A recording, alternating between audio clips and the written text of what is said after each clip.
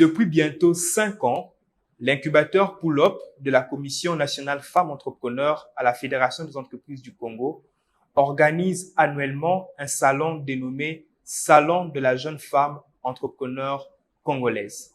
C'est pratiquement devenu un rendez-vous où toutes les femmes congolaises, les jeunes femmes, je précise, se rencontrent, discutent et échangent autour des différents sujets qui ont trait à l'entrepreneuriat et surtout à la promotion de l'entrepreneuriat féminin. Et aujourd'hui, l'entrevue a l'honneur de rencontrer, en marge de la 5e édition de ce grand rendez-vous, la coordonnatrice de cet incubateur qui se nomme Madame Anita Yudi Mutima, à qui je dis bonjour. Bonjour. Comment vous allez? Très bien, merci. Et vous-même? Ça va très bien. C'est un plaisir de vous avoir. Le plaisir est partagé. Nous sommes à quelques jours de la 5e édition de la jeune femme entrepreneur congolaise et avec vous, on va échanger autour de tous les contours liés à ce rendez-vous, notamment la thématique, les différents panels et tout ce qui peut tourner tout autour, comme je viens de le dire. La première question que j'ai à vous poser, c'est de savoir qui est la jeune femme entrepreneur congolaise? La jeune femme entrepreneur, c'est toute personne qui décide à un moment donné de se lancer dans une activité qui pourrait lui générer des revenus. Et pour notre cas, dans notre incubateur d'entreprise, Pull-Up Businesswoman, nous recevons des jeunes femmes de 18 à 35 ans et nous les accompagnons dans la matérialisation de leurs idées d'entreprise ou dans la pérennisation de leurs projets. Cela fait 5 ans que vous organisez cet événement. Est-ce qu'on peut connaître les raisons qui vous ont motivé à créer un tel rendez-vous? Donc, ce salon a été créé à l'initiative de la Commission nationale femmes entrepreneurs de la Fédération des entreprises du Congo. Et l'idée à la base, c'était de stimuler l'envie d'entreprendre chez les jeunes femmes. Donc, leur donner envie en regardant d'autres rôles modèles féminins qui ont réussi, de s'inspirer de ces parcours d'entrepreneurs féminins et de les motiver pour ne pas abandonner ou pour faire naître en elles cette envie de se lancer dans l'entrepreneuriat.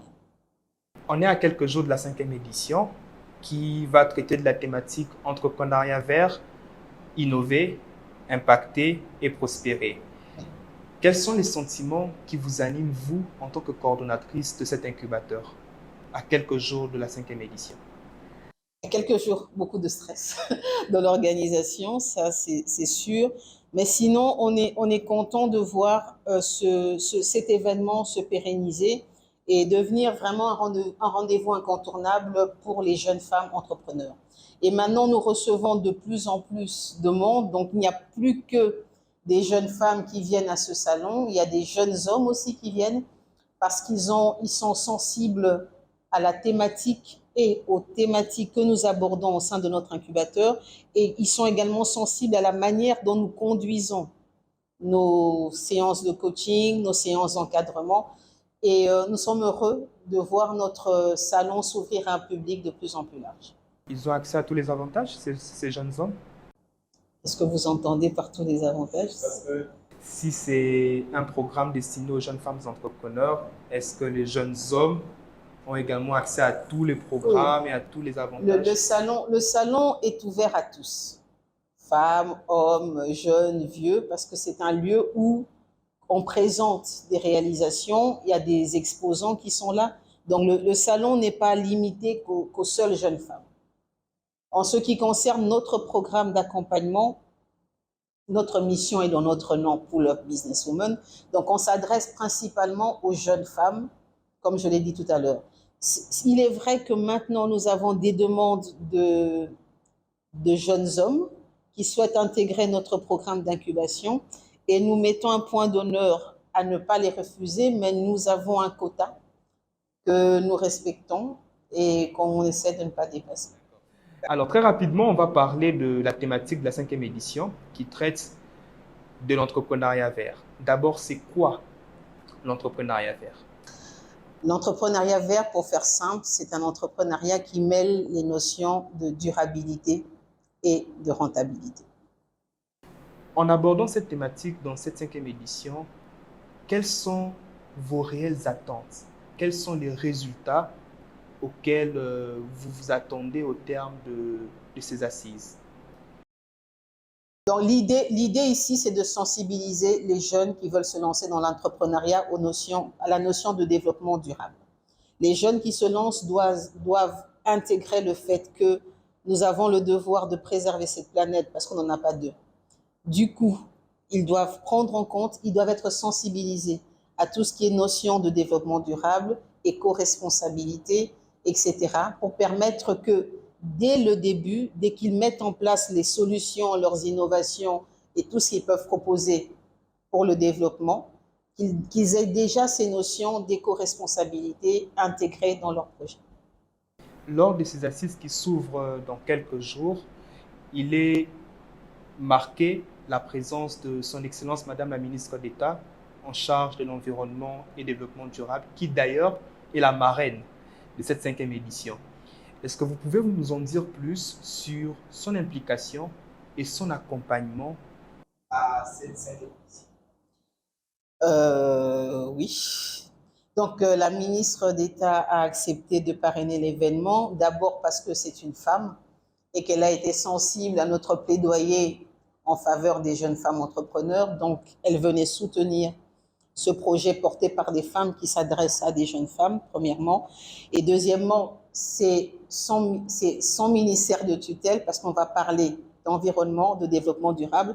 Donc, elle était doublement sensible à la problématique. Voilà pourquoi elle a accepté d'être la marraine de cet événement. Lors de cette 5e édition, au programme, il est prévu des panels et plusieurs autres activités. Est-ce que vous pouvez nous dire sur quoi vont s'articuler les panels et un aperçu des intervenants, si possible? Ok. Alors, au cours du salon, il y aura 3 panels qui vont être organisés. Il y aura également une masterclass. Et en dehors de ça, il y aura des expositions également. Alors, les panels, il y en a 3. Le premier parlera de l'économie verte, tendances, défis et solutions. Nous aurons 4 intervenants qui vont développer le sujet pour l'assistance. Le deuxième panel traitera, lui, de l'agriculture durable et des énergies renouvelables. Là également, il y aura 4 panélistes. Et on a mis un point d'honneur à respecter la parité. Dans chaque panel, nous avons 2 hommes et 2 femmes. Voilà. Et donc, dans le dernier panel, on va plutôt parler de tout ce qui est solutions pour financer justement les éco-entrepreneurs.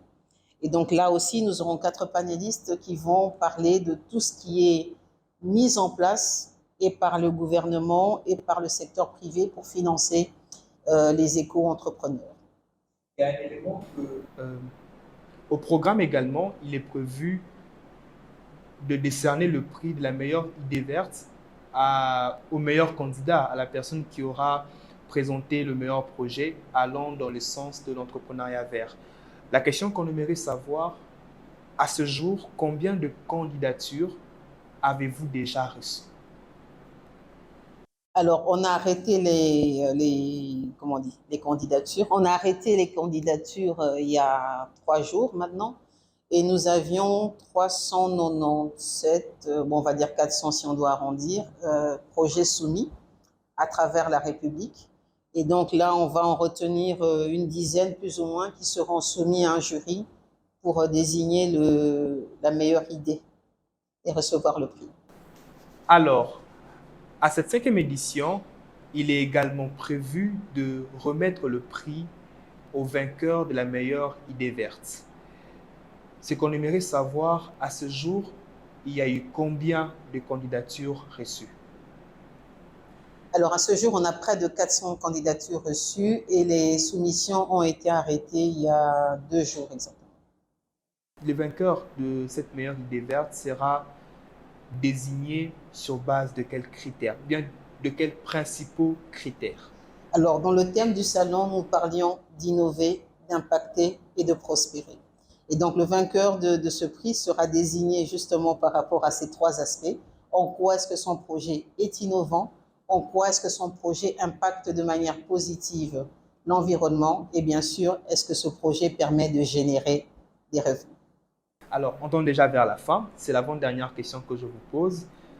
c'est celle de savoir, après la 5e édition du Salon de la jeune femme entrepreneur congolaise, à quel résultat vous, en tant que coordonnatrice, ainsi que tous vos collaborateurs, vous attendez?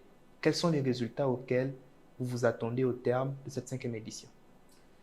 L'idée, en fait, c'est d'avoir plus de personnes sensibilisées. Ça veut dire que si, au travers des salons que nous organisons et des panels, nous avons de plus en plus de jeunes qui prennent conscience des problématiques liées au respect de l'environnement, au développement durable et qui décident d'implémenter ces solutions dans leurs entreprises, nous aurons atteint déjà un de nos objectifs, c'est-à-dire sensibiliser aux notions d'éco-responsabilité. Est-ce que vous avez un mot de la fin, un message à passer aux jeunes femmes entrepreneurs congolaises? Le mot de la fin, il pourrait être que nous vous attendons déjà les 16 et les 17 novembre. Nous vous invitons à vous inscrire sur nos plateformes en ligne pour pouvoir avoir accès au salon. Et l'entrepreneuriat n'est pas un chemin facile ni à long fleuve tranquille, mais quand on sait se faire accompagner, notamment via des structures comme la nôtre, il y a moyen d'arriver à matérialiser ses idées et à pérenniser ses entreprises. Merci.